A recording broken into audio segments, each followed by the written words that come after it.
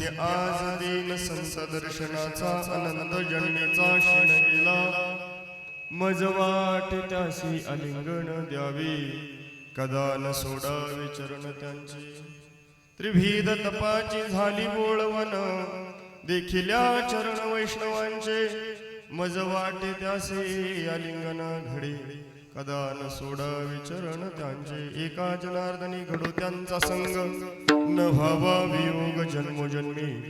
मज वाटे त्यासी आलिंगन द्यावे, कदा न सोडावे चरण त्यांचे. विठ्ठल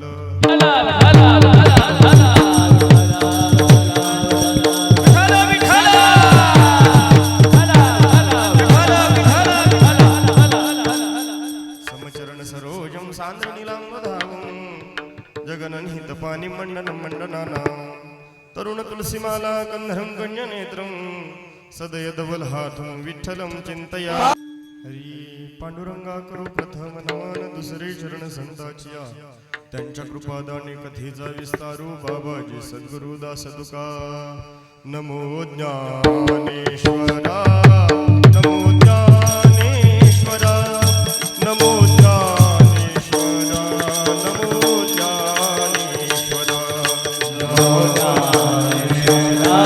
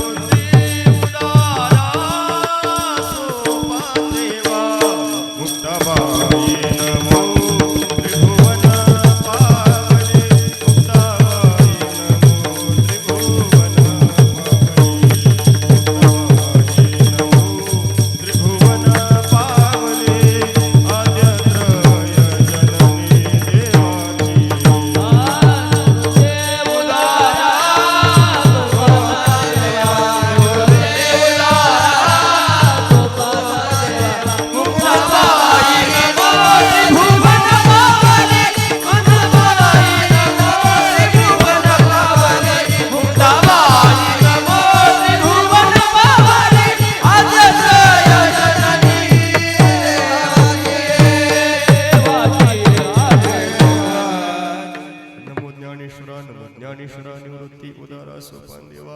मुक्ताबाई नमो त्रिभुवन पावनी, आद्यत्रय जननी देवांचे. जयांचे केली स्मरण होई सकळ विद्येचे अधिकरण. तेचे वंदो श्री गुरूंचे चरण, ते नमस्कारून यादा तिन शिरे सहा.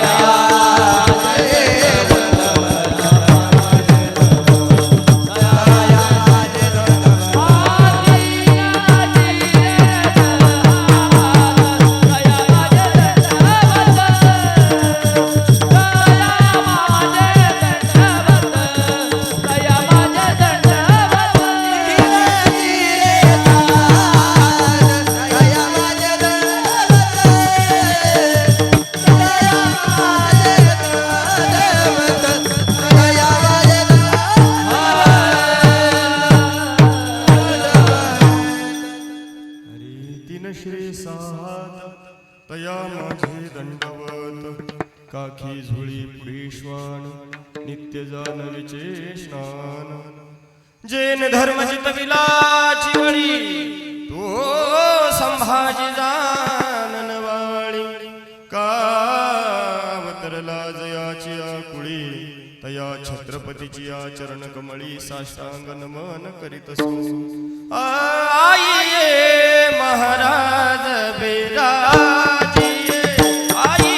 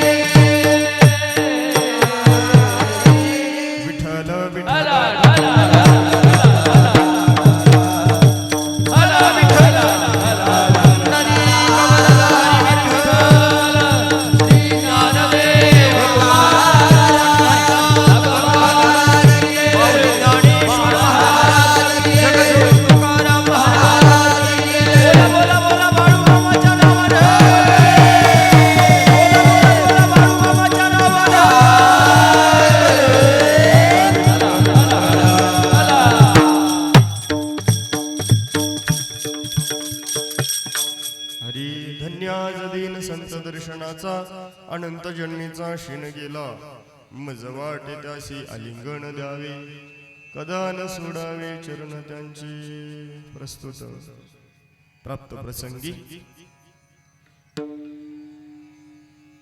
भगवान श्री पंढरीश पांडुरंग परमात्मा सद्गुरु मुळे महाराज आणि आपणा सर्वांचा आराध्य दैवत साक्षात जगाचा मालक आत्मापुराहून कितीतरी दूरवरून आज तुमच्या आमच्या उद्धाराकरता या ठिकाणी आलेला आहे। या सद्गुरु बाळूमामांच्या दरबारामध्ये तुमच्या आणि आमच्या सर्वांच्या सेवेसाठी निवडलेला अभंग महान भगवत भक्त विश्वमान्य विश्वाधिकार चिन्मय स्वरूप शांतीचं स्वरूप शांती ब्रह्म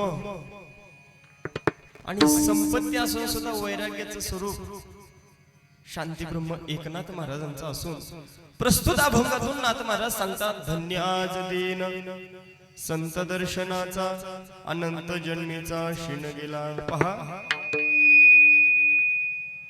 तुम्ही जरा मिक्सर मध्ये पहा इको थोडा कमी करा विठ्ठल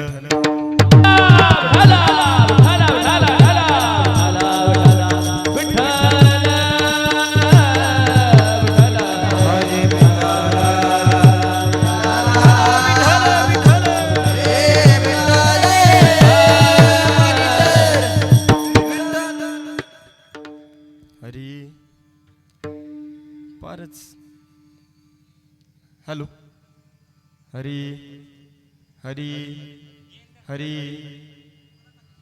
थोडासा नॉर्मल बेस कमी करा आणि आवाजाचं थोडं पट्टी वर वाढ। विठ्ठल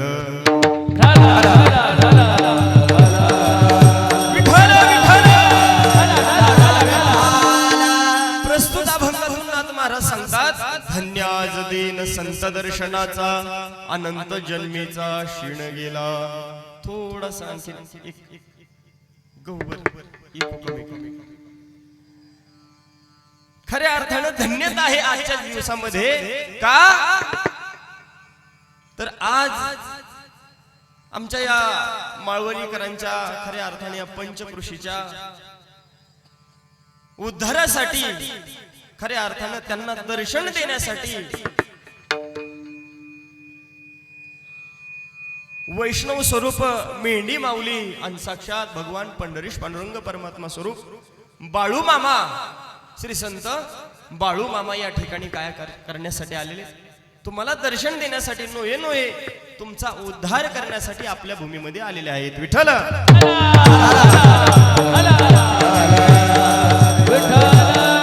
आणि पहा सेवा करून एवढं कृतकृत्य व्हायचंय की त्या ठिकाणी अनंत जन्मीचा क्षीण गेला। पहा किती दिवस झाला आपण वाट पाहतोय है की नाही। गावामध्ये कळवा कुठेतरी आसपासच्या गावामध्ये मामांची पालखी मामांचा सोहळा मामांची मेंढी माऊली मामांचा हा चलता फिरता ज्ञान यज्ञ आपल्या परिसरामध्ये फिरतोय आपल्या परिसरामध्ये घुमतोय आपल्या परिसरामध्ये हा दरबार आलाय आणि हा दरबार आज आपल्या भूमीमध्ये आलात आपण फार भाग्यवान फार धन्य आहात। विठ्ठल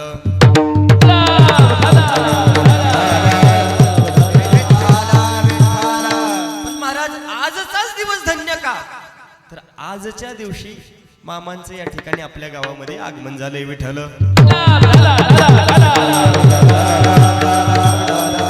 एवढं सेवेतून कृतकृत्य व्हायचे एवढं सेवेतून कृतकृत्य व्हायचे की जाताना त्या ठिकाणी मामा प्रत्येकाला भेटले पाहिजेत आणि भेटून निसतं त्या ठिकाणी मामांना आपण साकडं तर घालणारच आहोत पण आपल्या भक्तीने एवढं काही त्या ठिकाणी मामांच्या हृदयामध्ये त्या ठिकाणी आपल्याला जी काही जागा मिळणार आहे त्या जागेचं वर्णन महाराज सांगतात मज वाटे त्यासे आलिंगन द्यावे कदा न सोडावे चरण त्यांचे जाते समयी असं काही वाटावं मामांना आलिंगन द्यावं आणि आलिंगन दिल्याच्या नंतर खऱ्या अर्थानं त्यांच्या चरणाची सेवा त्यांचं चरण त्यांच्या ह्या पावल्या त्यांच्या ह्या मेंढी माऊली आपल्या दरबारातून जाऊ नये। विठ्ठल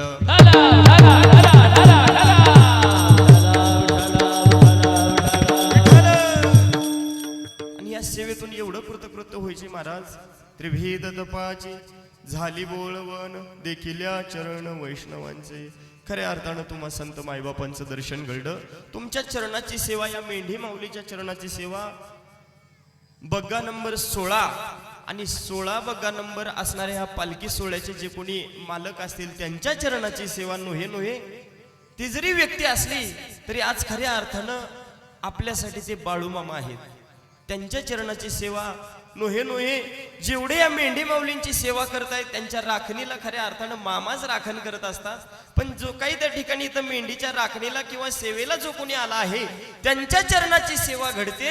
त्या सेवेने त्रिभेद तपाची झाली बोळवण. कोणामुळे? या सेवकांच्या सगळ्या त्या ठिकाणी चरणाची सेवा घडली, त्यांची सेवा घडली.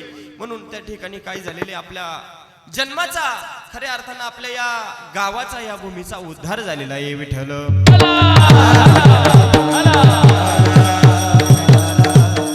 जाते समय अशी काही समाधी प्राप्त होणार आहे की नाथ महाराज सांगतात, एका जनार्दनी घडो त्यांचा संग, न व्हावा वियोग जन्मोजन्मी. एवढं काही त्या ठिकाणी प्रेम, एवढं काही नातं, एवढं काही माया, एवढी काही आपली भक्ती त्या ठिकाणी मामांच्या चरणाशी दृढ होणार आहे, एकरूप होणार आहे. त्यावेळेला खऱ्या अर्थानं असं वाटणार आहे की जसं काल त्या ठिकाणी चखलवाडी असेल, बिटकेवाडी असेल, पूर्ण पंचक्रोशीला त्या ठिकाणी तिथून पालखी सकाळी येत असताना जे काही अनावर झालं, आज सुद्धा कालचे काही चेहरे दिसत आहेत, आजचे नवीन काही चेहरा आणखीन दिसना. विठ्ठल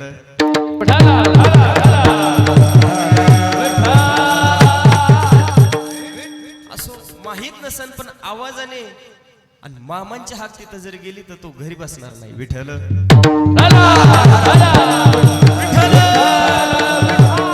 एका जनार्दनी घडो त्यांचा संग, न व्हावा वियोग जन्मोजन्मी. मामा आता खऱ्या अर्थानं तुम्ही पालखी रूपाने, मेंढी माऊलीच्या रूपाने 10, 12, 15 दिवसांनी तुमची जेव्हा इच्छा होईल त्या दिवशी तुम्ही इथून निघणार आहात. परंतु खऱ्या अर्थानं अंतकरणातला बाळूमामा, अंतकरणातली मेंढी माऊलीची सेवा ही मात्र सोडू नका. खऱ्या अर्थानं ती जर एकदा का त्या ठिकाणी तुमच्यावरती कृपा लादली की धन्य आज देन संत दर्शनाचा अनंत जन्मीचा शिन गेला. आणि मग त्यावेळेला काय वाटणार आहे, मज वाटे त्यासी आलिंगन द्यावे, कदा न सोडावे चरण त्यांच्या. असा सरळ साधा सोपा अर्थ या अभंगाचा तुमच्या समोर मी मांडला. तो तुम्हाला समजला का नाही समजला? समजला ना? झालं आपलं कीर्तन. विठ्ठल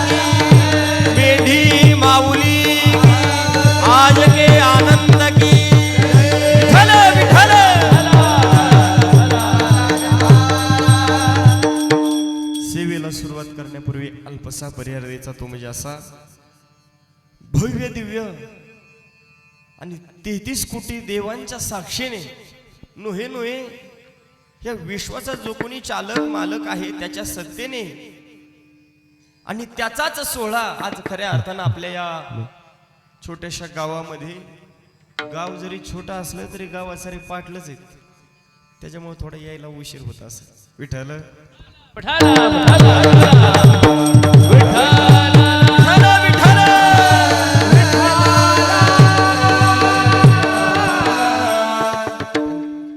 कळन त्याला थोडा अर्धा पाऊण तासाने. माऊली काही घरात भांडे वाजे ना येईल, काय पेटवलंय काय नको उदय का असो असो. विठ्ठल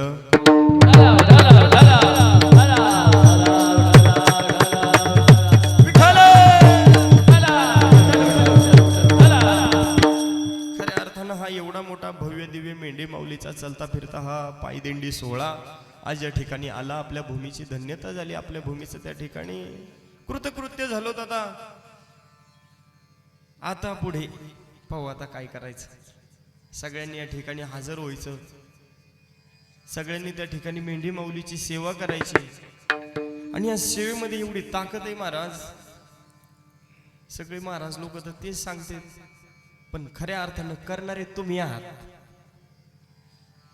आणि तुम्ही एकदा अंतकरणापासून सेवा केली ना की तुमच्या जीवनाला काही अडचणच येत नाही. विठ्ठल आणि अशा या आपल्या संसार रूपी नावेचा, संसार रूपी सागर, आणि आपण कर्मरूपी या नावेमध्ये बसलेलो आहोत. आणि खऱ्या अर्थानं कर्मरूपी नाव आपला संसार रूपी वाऱ्याचा ओघ, त्यांनी काही हे नाव कडला कुणाची जात नाही. पण खऱ्या अर्थानं मामांचा आशीर्वाद, मामांची कृपा, नोहे नोहे मामा जर त्या नावेचे नावाडी झाले तर खऱ्या अर्थानं पहिलं तीराला आपले नाव गेल्याशिवाय राहणार नाही. म्हणून मोठ्या अंतकरणाने, मोठ्या जनसंख्येने, त्या ठिकाणी लोकसंख्येने, तन मन धनातून त्या ठिकाणी कोणाकडे पैशाची कमतरता असेल तर त्यांनी अंतकरणापासून सेवा करावी, है की नाही? त्यालाही मामांचा आशीर्वाद आहे. जो कोणी समाजसेवक आहे, राजकारण्याचं तर काम आहे, चला करू होईल असं तसं, पण जो कोणी खऱ्या अर्थानं गावचा समाजसेवक आहे त्याला देखील धन्यता आहे की त्यांच्यामुळे आज खऱ्या अर्थानं मामांचं आगमन तुमच्या आमच्या सामान्य माणसांसाठी या ठिकाणी झालं. त्यांच्या दर्शनाने आपला उद्धार तर होणारच आहे.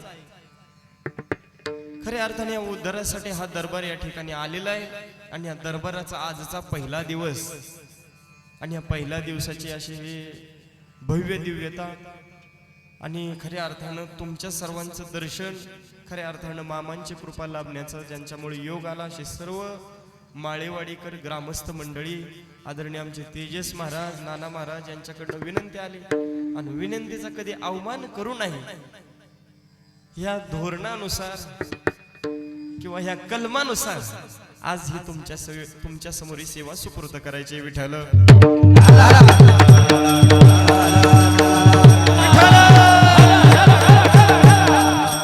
विशेषतः या कीर्तन सेवेसाठी उपस्थित सर्व टाळकरी वृंद, आदरणीय गुरुवारी आमचे तनपुरे महाराज या ठिकाणी आलेले आहेत, त्यांच्या चरणी साष्टांग दंडवत करतो प्रथमतः. त्याचबरोबर आमच्या तेजस महाराजांचे पिताश्री आदरणीय बाळासाहेब महाराज कुठं दिसले नाही, पण मामांच्या सेवेला तुम्हाला सुद्धा यावं लागलं. विठ्ठल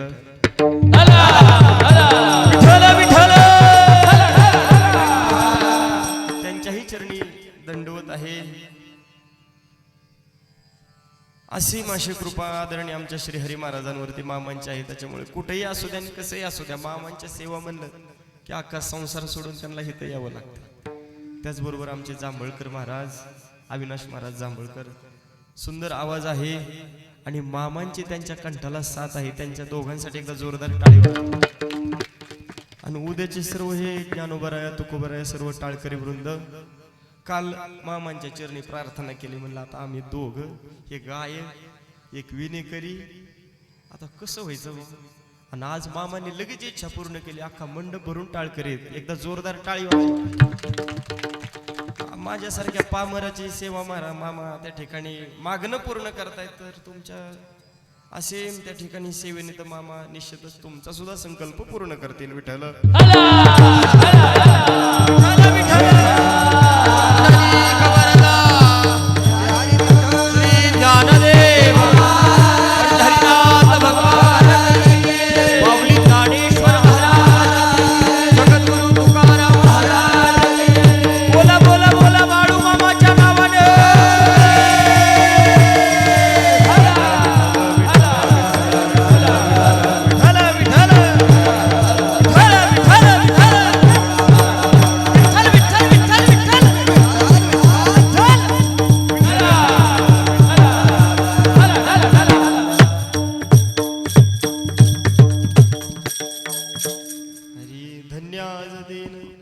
संत दर्शनाचा अनंत जन्मीचा क्षीण गेला. प्रस्तुत अभंगातून नाथ महाराजांना ज्या वेळेला संतांचं दर्शन झालं किंवा संतांचा जो काही साक्षात्कार किंवा जो काही जे काही अनुभव त्या ठिकाणी त्यांच्या जीवनामध्ये आले,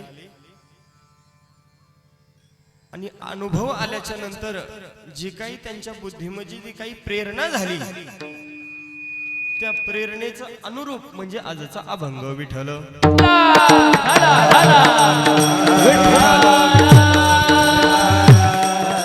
खऱ्या अर्थानं नाथ महाराजांच्या कुटुंबावर जर कोणाची कृपा म्हणलं तर भगवान दत्तात्रयाची. भानुदासाची कुळी महाविष्णूचा अवतार. पण भानुदास महाराज कोणामुळे किंवा भानुदास महाराजांवरती कोणाची कृपा झाली? सद्गुरूंची झालीच, पण सद्गुरूंमार्फत आणखीन एका देवतेची झाली, ते म्हणजे भगवान दत्तात्रय विठ्ठल.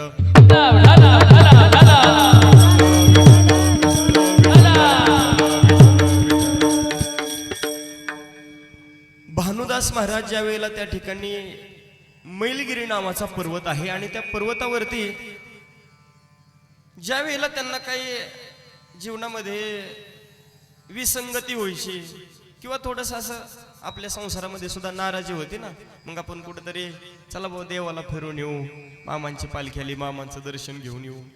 तसं भानुदास महाराज त्या ठिकाणी संसारामध्ये त्यांच्या चालू जीवनाच्या व्यवहारामध्ये थोडी काही विसंगती आली की त्या ठिकाणी त्या मैलगिरी नावाच्या पर्वतावरती जात असत. तर एक वेळेस नाथ महाराजांनी प्रश्न केला की बाबा तुम्ही अशांत अशांत अशांत अशा ठिकाणी अशा समयाला ज्या वेळेला त्या ठिकाणी पोहोचता त्यावेळेला कुठेतरी एक दिवस निघून जाता तरी कुठे?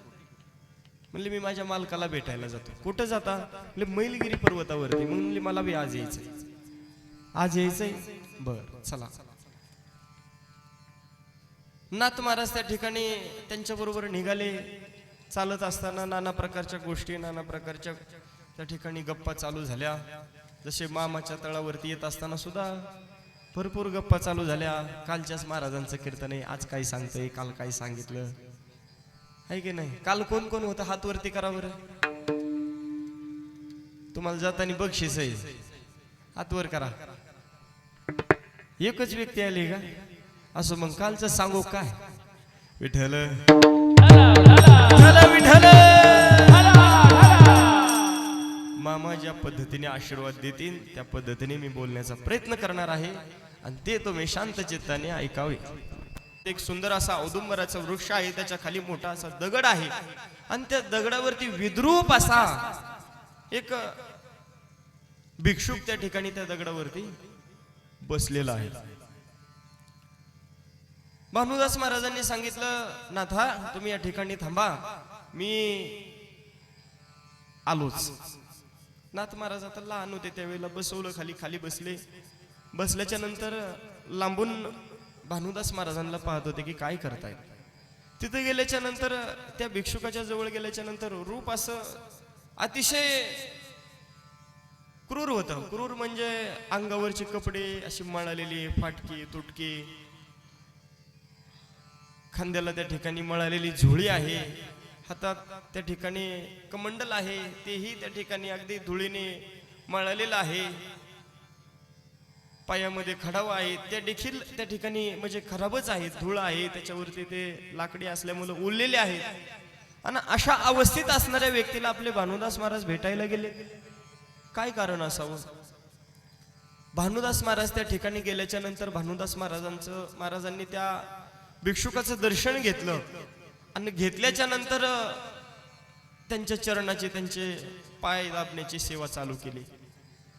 इकडे नाथ महाराज लहान, अरे आम्ही ब्राह्मण, त्याचबरोबर सर्व श्रीमंत अख्खं गाव आमच्या घरी पुरणपोळी खाण्यासाठी येतं आणि आमचे महाराज, आमचे भानुदास महाराज या ठिकाणी एका भिक्षुकाचे, एका भिकाऱ्याच्या चरणाची सेवा करतायत. काय कारण असावं? थोडं किळसवाना प्रकार नाथ महाराजांना वाटल्याच्या नंतर त्या ठिकाणी दोघांचा संवाद चालू झाला.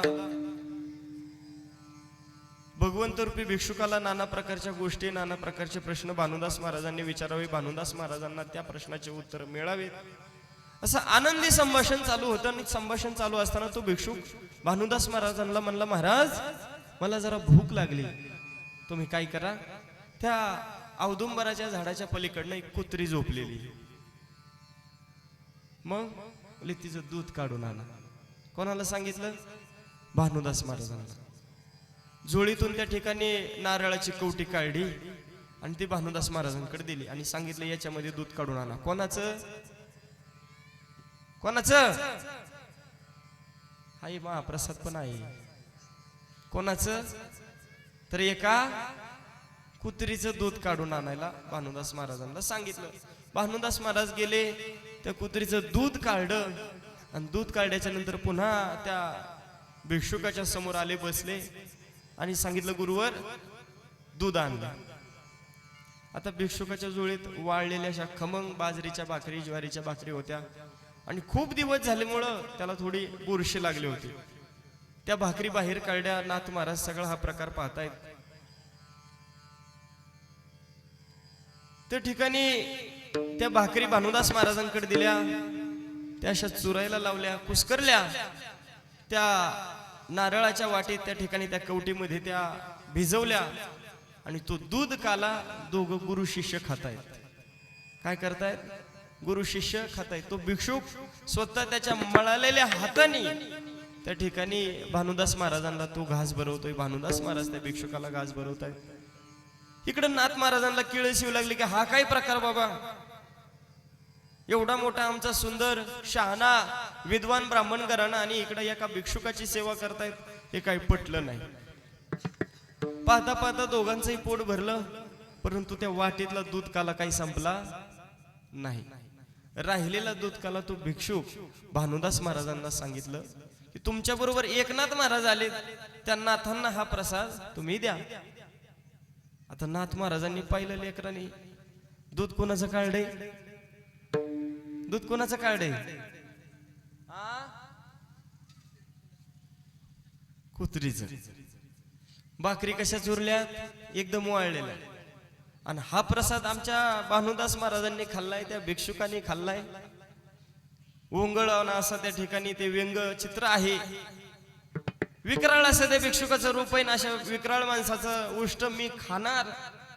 भानुदास महाराज थोडेसे पळाले आणि मोठ्या दगडाच्या बाजूला जाऊन लपले. भानुदास महाराज पाहतायत. एकनाथ महाराजांना हाक मारली.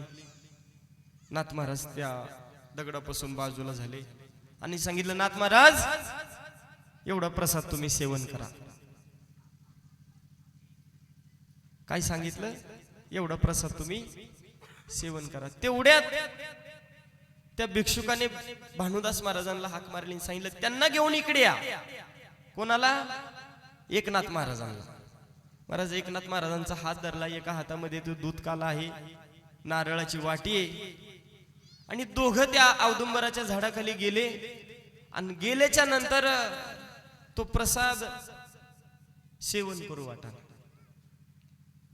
खऱ्या अर्थानं तो भिक्षुक तिसरा कोणी नसून साक्षात भगवान दत्तात्रयाचं भिक्षुक रूपी रूप त्या ठिकाणी बसलेलं होतं. पुन्हा त्या भिक्षुकाने त्या वाटीमध्ये हात घातला, अतिशय मळालेला हात, आणि नाथ महाराजांच्या तोंडापुढे नेला.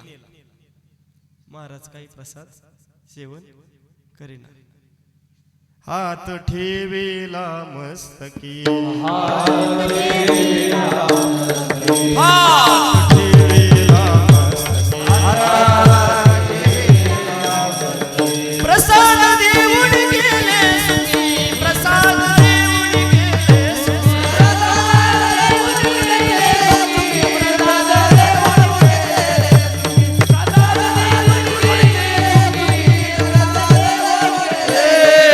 हात ठेवेला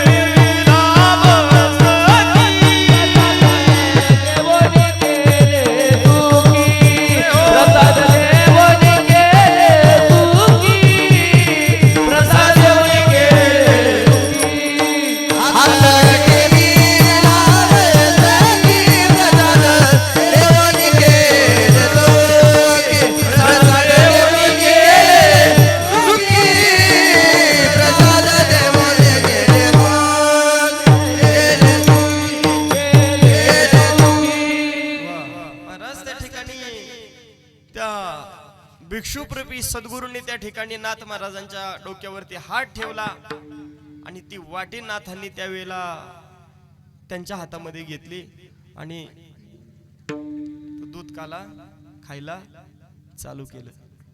तसं तुमच्या संसारामध्ये तो किळसवाना संसार आहे, पण खऱ्या अर्थानं ज्या वेळेला मामांचा भंडारा, मामांचा हात तुमच्या डोक्यावरती ज्या वेळेला पोहोच होईल, तोच केळसवाना संसार सुखाचा झाल्याशिवाय राहणार नाही. विठ्ठल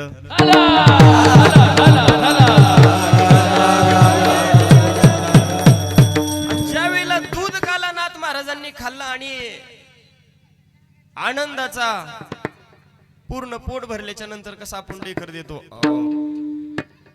तसा डेकर ज्या वेळेला नाथ महाराजांनी दिला आणि दिल्याच्या नंतर खऱ्या अर्थानं खरं रूप त्या भिक्षुकाचं खरं रूप समोर आलं आणि नाथ महाराजांच्या मुखातून त्या ठिकाणी शब्द निघाले. त्रिगुणात्मक त्रयमूर्ती दत्त हा झाला, त्रिभुवनी अवतार त्रैलोक्य राणा, नीती नीती शब्द नय अनुमाना, सुरवर मोहिनी योगी स्वामी जय देव जय देव जय श्री गुरुदत्ता स्वामी आरती गोवाळी. त्रिगुणात्मक रूप त्या ठिकाणी भगवान दत्तात्रयाचं दिसलं आणि त्यावेळेला नाथ महाराजांना थोडी अंतकरणामध्ये खेद वाटू लागला की आपण या भिक्षुकाला ओळखलं नाही.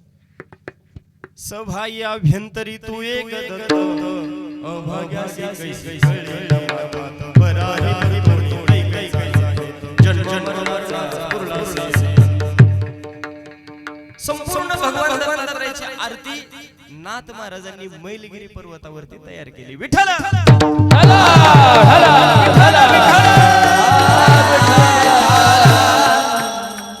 तीच भिक्षुक आज खऱ्या अर्थानं आपल्या या दरबारामध्ये मेंढीच्या रूपाने आलेले आहेत. त्यांची निश्चित स्वरूपाने सेवा करा. एखादा म्हणत असेल माझं उभं पीक आहे आणि त्या पिकामध्ये कसं मी मेंढी माऊलीला जाऊन देऊ, नॉर्मल विकू राहू द्या. सुंदर असं त्या ठिकाणी कष्ट केलंय महाराज. पोटरीला आलेले जवळ्यात आहेत का इकडे? राहिलेच नाही. सेवेचा काय भावच अंतकरणामध्ये राहिला नाही तर काय करावं. विठ्ठल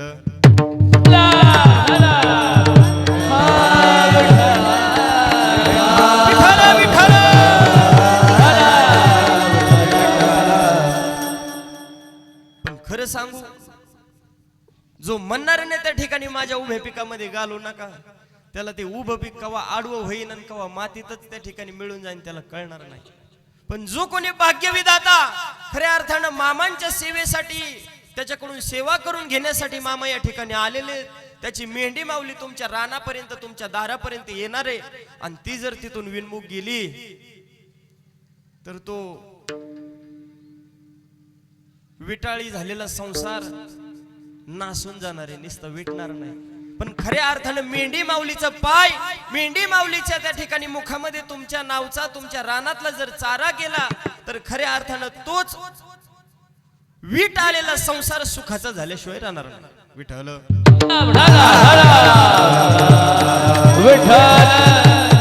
या संसाराचा तुम्हा आम्हाला कठाळा आला महाराज, पण अख्ख्या जगाचा संसार आमच्या बाळूमामांनी चालवला, आमच्या विश्वमाऊली ज्ञानोबांनी चालवला. अवघाचे संसार सुखाचा करेन आनंदी भरी, आनंदी भरी हात धेलो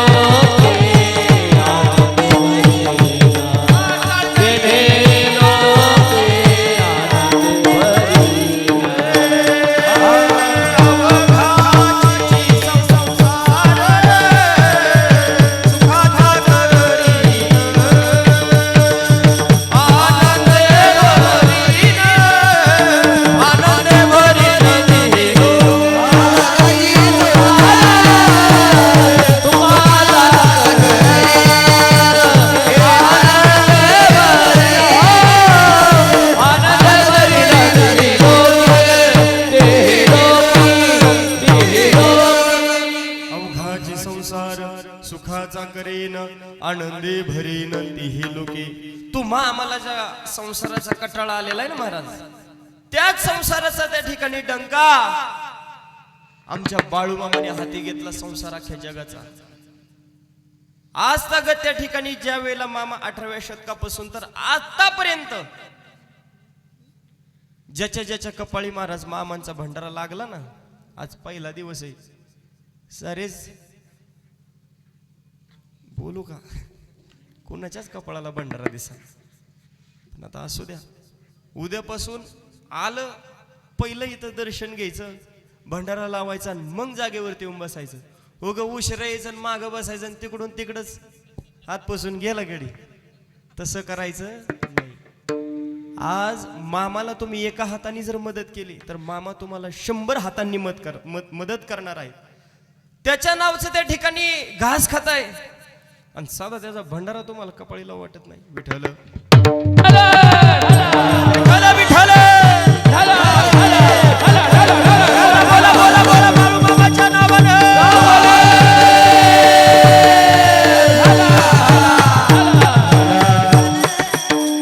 खऱ्या अर्थानं असा दुःखरूपी संसार सुखरूपी करण्यासाठी मामा या ठिकाणी आलेले आहेत आणि या सेवेचा सर्वांनी लाभ घ्यायचा. ग्रामस्थांना कळकळीची विनंती. विठ्ठल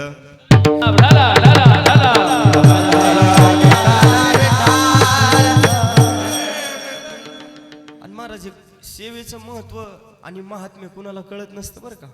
ज्याला महत्व कळालं ना त्यालाच महात्म्य प्राप्त होत असतं आणि ज्याला महात्म्य प्राप्त करून घ्यायचंय खऱ्या अर्थानं त्याला सेवा गरजेची. विठ्ठल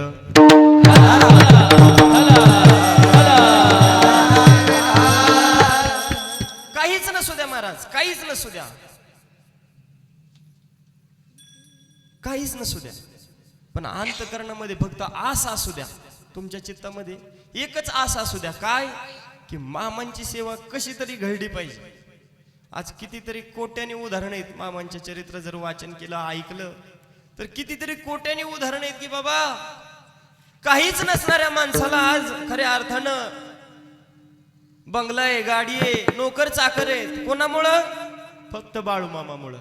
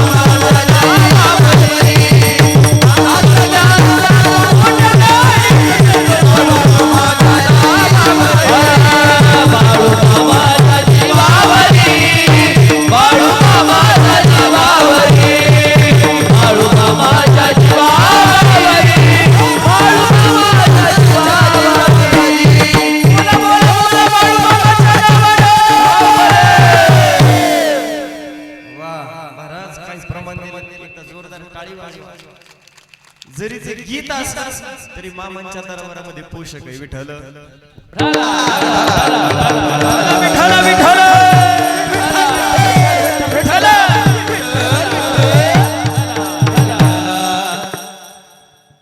अंतःकरणापासून सेवेचं जर अंतःकरणामध्ये जर आस असेल ना, काल मी सांगून गेलो, चित्ते नाही आस त्याचा पांडुरंग दास. खऱ्या अर्थानं मनामध्ये एकच आस असू द्या, मामांची सेवा करायची. एक म्हणजे अहंकार म्हणून नाही किंवा माझ्याकडे माईक आहे म्हणून मी बोलत नाही. पण कालची आणि आजची दोन्ही सेवा नियोजित नव्हती. मी नाशिकला होतो. पण काय आमच्या नाना महाराजांचं तेजस महाराजांचं प्रेम आणि मामांची इच्छा, दोन्ही दिवस झालं मी पालखी सोहळ्यात आहे. विठ्ठल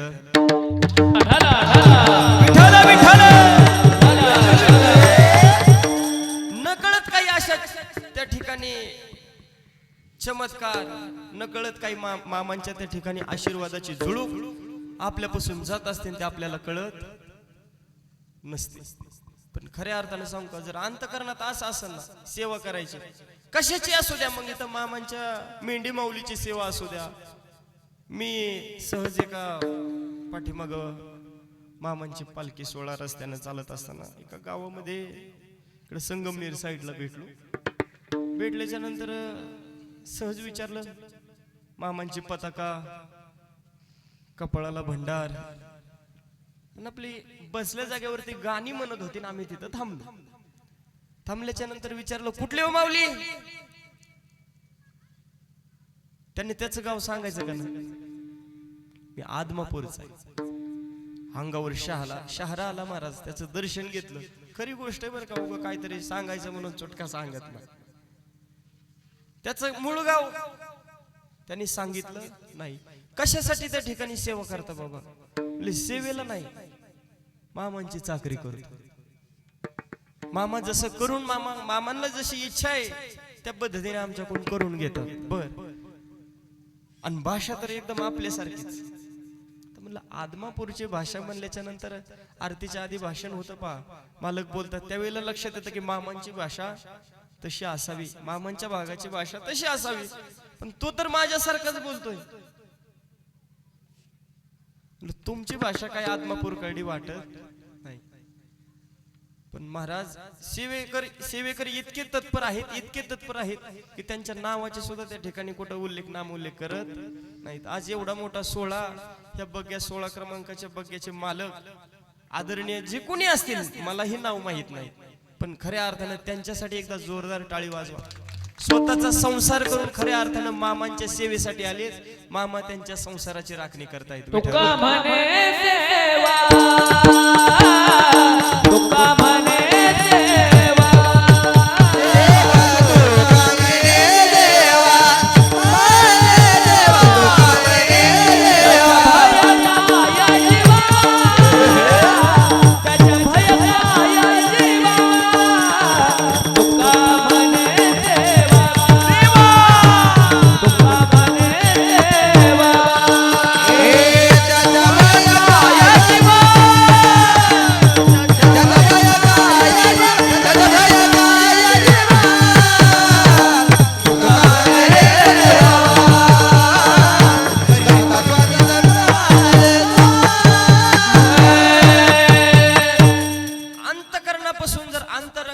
भगवंताला मानलेला असेल ना, तर त्याचं भय त्या जीवाला अजिबात नाही. विठ्ठल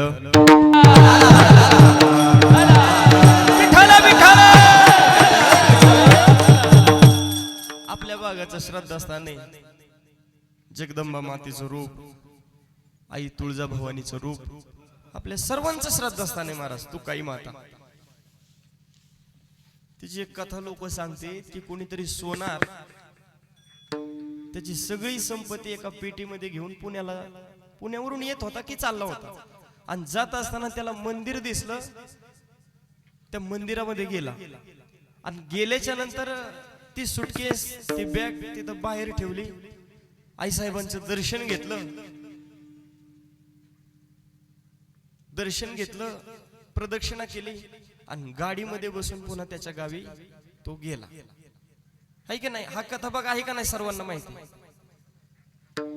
आणि घरी गेल्याच्या नंतर त्याच्या लक्षात आलं की बाबा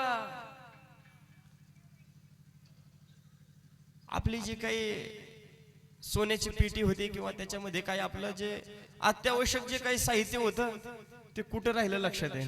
त्याच्या लक्षात आलं की आपण दर्शनाला तुकाईला गेलो होतो, तिथं ते राहिलं. महाराज साधा एक मणी गळून पडला तर चैन मिळत नाही.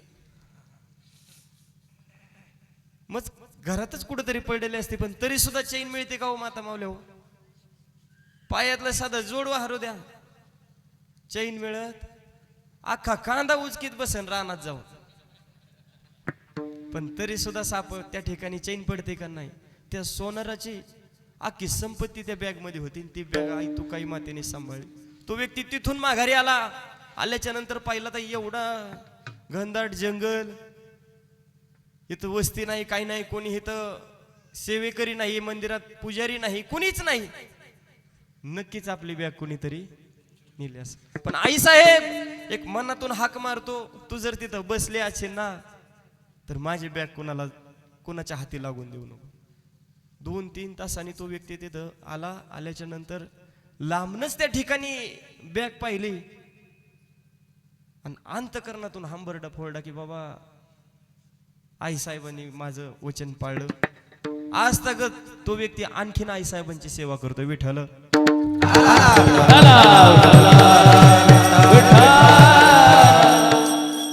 उतरला, आई साहेबांसमोर दंडवत घेतलं.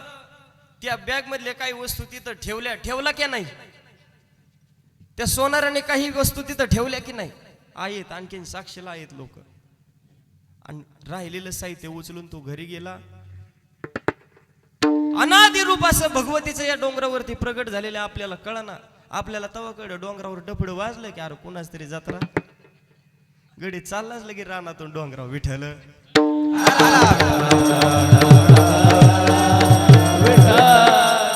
पण या दुःखरूपी संसारातून सुखरूपी पहिलं तेरावरती जायचं असेल तर आई भगवतीची सेवा सुद्धा करणं गरजेचं आहे.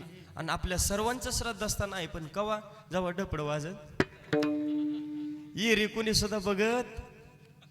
मी सुद्धा 2-3 वेळा जाऊन आलो. एवढा मोठा दरबार आहे. तिथं गेल्याच्या नंतर तुळजापूरचं चैतन्य जाणवतं, पण तिथं कुणी सेवेला राहत. तिथं मात्र 100ची नोट ठेवायची आणि मुलाला म्हणायचं की बाबा लाखाचा पगार मिळू दे. अशी आपली गती आहे महाराज. पण ती प्रत्येक भक्ताच्या हाकेला धावणारी अनादि अशी भगवती त्या ठिकाणी त्या डोंगरावरती प्रगट झालेली.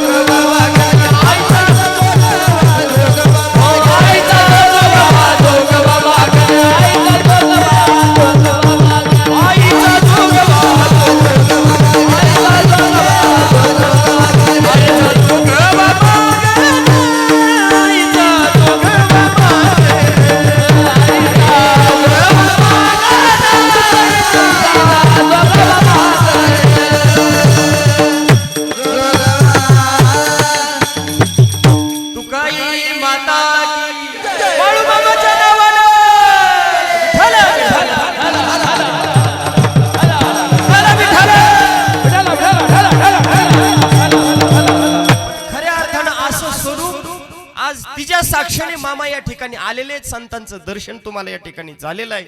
आणि म्हणून तुमच्या आणि माझ्या जीवनातला आजचा दिवस धन्य आहे. अभंगाचं पहिलं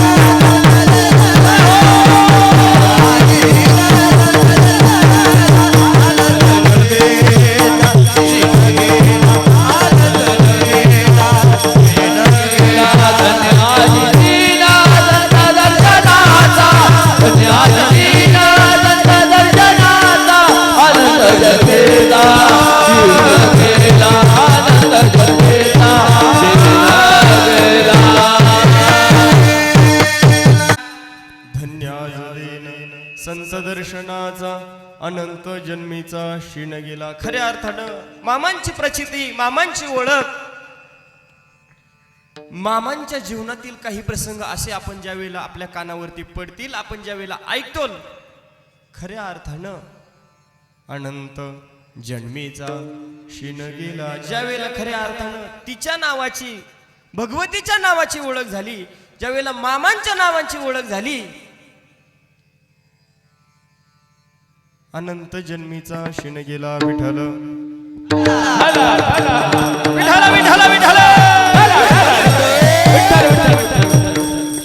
मामांची ज्या वेळेला जीवन पर्वणी, जीवन काळामध्ये ज्या वेळेला मामा स्वतः कार्यरत होते, त्यावेळेला एक अतिशय जवळचा सेवक, बरं का, रोज मामांची सेवा करणार. मेंढ्या त्या ठिकाणी मेंढी माऊलीची सेवा करणार, मेंढ्यांच्या राखणीला जाणार, रोज त्या ठिकाणी सकाळी उठलं की झाडू मारणार, त्या ठिकाणी जे काही कोकरे असतील त्यांच्या आयांपाशी नेऊन सोडणार, पुन्हा आपल्या कळपामध्ये नेऊन सोडणार, असं रोज कार्यरत होतं. पण संसारामध्ये एक अडचण होती. काय अडचण होती? त्याच्या पोटी मूलबाळ नव्हतं. आणि महिला मंडळीला सवय महाराज, लग्नाला काय 4-5 वर्ष व्हावं आणि नुसतं होय काय आहे का नाही, मामाने कृपा केली का नाही, अरे काय ते काय उचलला भाजीपाळानं आणला घरी, असं आहे का? ज्याच्या त्याच्या प्रारब्धामध्ये ज्या वेळेला जी संतान प्राप्ती आहे त्यावेळेला ती होणारच, त्याच्यामध्ये काही नवल नाही. पण भरपूर दिवस झाले तरीही त्याच्या पोटी काहीच नाही. मामांचा स्वभाव एवढा कडक, मामा जर कधी कोणावर तापले तर म्हणतात खैराचा इंगळ आहे. आणि ज्याच्यावरती प्रेम उत्पन्न झालं, मेनापेक्षा मऊ आणि मधापेक्षा सुद्धा गोड आहे. विठ्ठल विठ्ठल विठ्ठल. तर महाराज त्याच्या सासरवाडीकडच्या माणसाने कोणीतरी एक देव ऋषी त्या ठिकाणी घरी आणला आणि सांगितलं की बाबा अमक्या अमक्या देवाला अमका अमक्या प्राण्याचा बळी द्यावा लागेल. कोणत्या प्राण्याचा?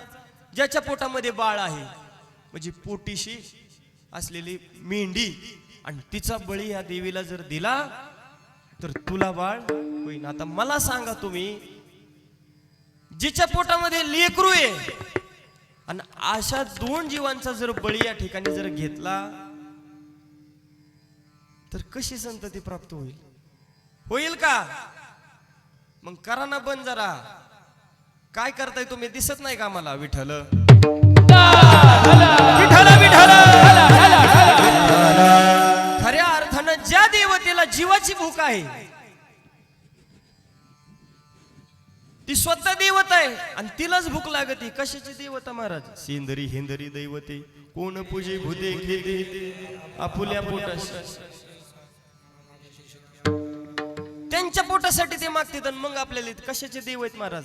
जगाच्या पाठीवरती असा एकच महात्मा आहे, असा एकच देव आहे की ज्याच्यावरती भगवान पंढरीश पांडुरंग परमात्म्याची असीम कृपा आहे, सगळे 33 कोटी देवतांची कृपा आहे. आणि असा बाळू मामा आज या ठिकाणी आलेला आहे, त्याच्या सेवेमध्ये आपण आहोत. मामांना ती गोष्ट कळाली की त्याच्या घरी कसली तरी जत्रा चालू आहे. तो व्यक्ती त्या ठिकाणी त्या विधीसाठी गेला होता. मामा अचानक त्याच्या दरबारात त्या दारामध्ये आले, कडी वाजवली, सेवकाला हाक मारली. सेवकाला आतमध्ये लक्षात आलं मामांचा आवाज आहे. दरवाजा उघडला, थरथर थरथर कापू लागला. मामा मामा मामा. तोंडातून त्या ठिकाणी शब्द सुद्धा निघाला. एवढा घाबरला. कशासाठी आले तुम्ही इथं? मी आलो असतो तळावरती निरोप द्यायचा. आतून तेवढ्यात मेंढीचा आवाज आला. म्हणले अरे मेंढी वरती, तिला पाणी चारा घाल. काय म्हणले मामा? अरे मेंढीचा आवाज येतोय, तिला पाणी चारा घाल. तसं म्हणल्याच्या नंतर त्याच्या लक्षात सगळा पिक्चर आला. मामा आतमध्ये आले. आतमध्ये आल्याच्या नंतर तो देव ऋषी, कुकू लावलेली ती मेंढी माऊली, त्या देवीची पूजा, सगळं काही लक्षात आलं आणि सांगितलं अरे तू माझा सेवक असून, या बाळू धनगराचा सेवक असून आज एका जीवाची हत्या करतोय, हे काय मला पटलं नाही गड्या. कशासाठी हे कार्य करतोय? मामा काहीच नाही, बरेच दिवस झालं मी संसार करतोय, माझ्या पोटी त्या ठिकाणी मूलबाळ नाही, हा मांत्रिक म्हणला की बाबा जर तू बळी दिला तर निश्चित स्वरूपाने तुझ्या पोटी लेकरू जन्माला येईल. मामाने त्या देव ऋषीच्या गळ्यातला आसूड काढला आणि त्याला धन धन धन धन हाणत घराच्या बाहेर काढला. सगळी पूजा पायाने अशी विस्कडून दिली. मेंढी माऊलीचं दर्शन घेतलं, मेंढी माऊलीला बांधलेलं सोडलं आणि मामा बाहेर आले. सगळं घर ढसा ढसा रडू लागले की कसं बसा हा मांत्रिक मला सापडला होता आणि कशी बशी मेंढी माऊलीचं त्या ठिकाणी त्या मेंढीचा बळी देऊन मला पुत्र संतती प्राप्त होणार होती. लक्ष देऊ नका आणि जे त्याच्याकडे बघते त्याच्या मागे जा.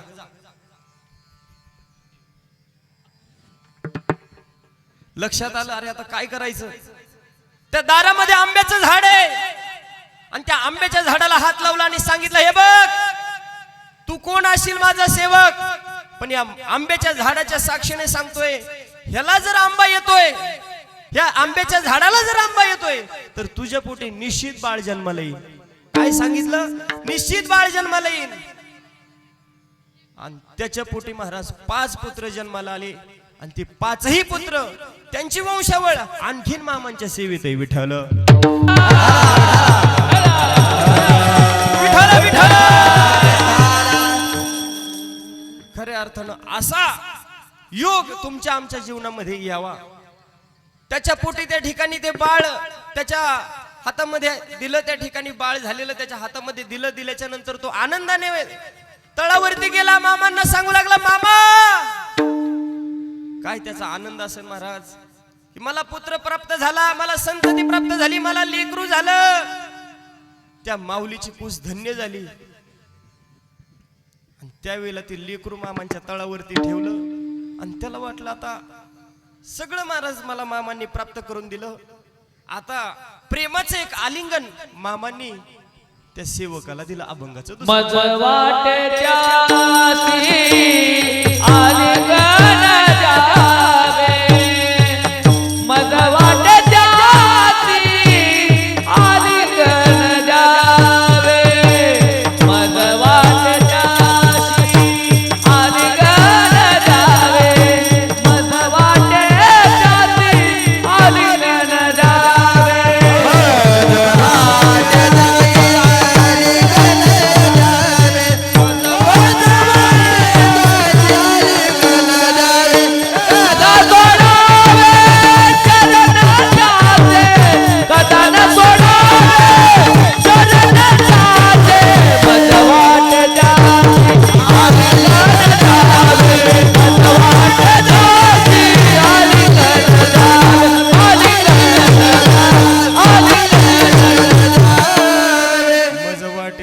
आलिंगन द्यावे कदा न सोडावे चरण त्यांचे.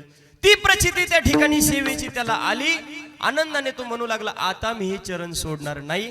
तू मला जर वाटत असेल की बाबा ह्या मामांची सेवा आमच्या हातून घडावी आणि त्याची प्रचिती त्या बसलेल्या प्रत्येक व्यक्तीला यावी, तर त्या सगळ्या प्रत्येक व्यक्तीने ज्याला हात आहेत त्यांनी हात वर करा. मामा पाहतायत आणि मोठ्याने टाळी वाजवायची. जर मामांच्या दरबारात टाळी वाजवली नाही तर नाही त्या गोष्टी घडत. थांबा थांबा ऐकून तर घ्या रे. हात वरती राहू द्या. सर्वांनी मोठ्याने टाळी वाजवायची की डायरेक्ट आदमापुरापर्यंत आवाज गेला पाहिजे टाळीचा. आणि एवढंच नाही तर तोंड देवानी चांगल्यासाठी दिलंय. कधी आपल्याकडून मुखामध्ये चांगले शब्द तर येत नाहीत, पण आता भगवंताचं नामस्मरण करायचंय अंतकरणापासून, जेणेकरून त्याची कृपा तुमच्यावरती होईल. आणि जर का टाळी वाजली नाही तर नाही त्या गोष्टी मामांच्या मनात येतील आणि पुढचा जन्म टाळी वाजवण्याचा मिळेल. विठोबा रखुमाई.